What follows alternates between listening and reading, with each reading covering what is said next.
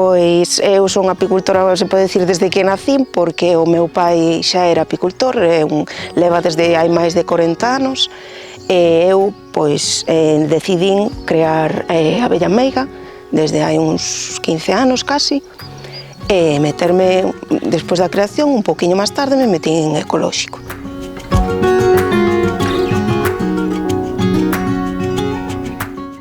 O forte do traballo temos en primavera e en verán. En primavera pois, atendemos as colmeas, facemos os traballos de reproducción, miramos que todos teñan orden, e despois pois, a colleita así o máis grosso fano no verán. Entón recollemos a finais de verán, recollemos a colleita. Nos temos dous meles, mel de castiñeiro e mel de bosque. Despois a maiores producimos tamén cera en ecolóxico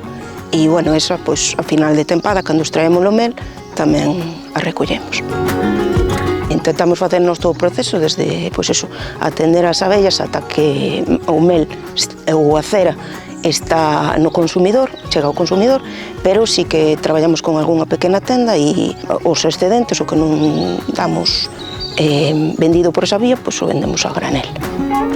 Desde que comezamos o noso manexo era prácticamente en ecolóxico, entonces nos parecía un pouco absurdo estalo facendo e non certificalo de alguna maneira, en mostrarlle ao consumidor que efectivamente estábamos facendo esa produción máis sostible,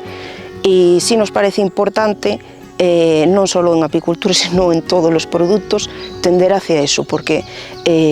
bueno, non sei se a xente o sabe, pero a abella é un animal que se considera centinela na natureza, é dicir, o ver as abellas e o ver a colmea, un se fai un pouco a idea de como está o entorno de sano, e sí que vemos que cada vez está peor. Entonces nos parece un pouco absurdo estar traballando na contra do que pretendemos. Nos creemos que coa certificación do CRAEGA o que lle estamos transmitindo aos consumidores é que efectivamente non é palabrería nosa que o noso produto seña natural, seña respetuoso co medio ambiente, porque temos un selo que o garante, non? Entonces, de algún xeito, non se teñen que fiar só da nosa palabra.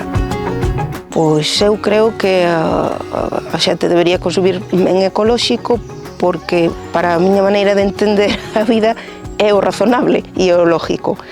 Senón, digamos que estamos tirando pedras contra o noso propio tellado, estamos destruindo o noso entorno e a nosa vida, en realidade, porque